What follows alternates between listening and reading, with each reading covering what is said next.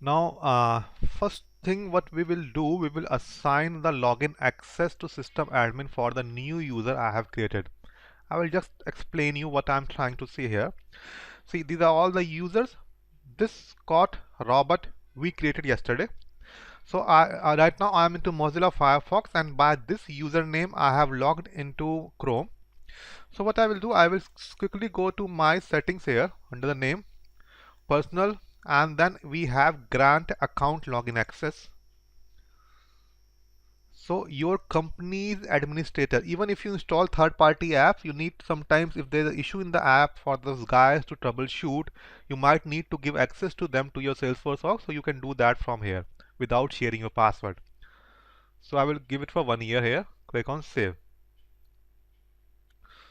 Now I will again go back to my user list. I will refresh it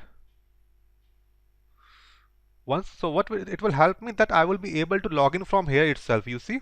So it will make it easier for me to switch between accounts. Click on login. Now I am logged in as Robert Scott.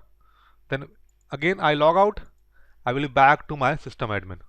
Okay, so this helps in this manner, and it's a great feature. A lot of times in your organization you need to grant login access to your system admin, so that if you are not there, so if you want to make some changes to your account, or you want to get some work done on your side on your absence, or any case it could be, so the system admin, without knowing your password, he can log in from here and work as you.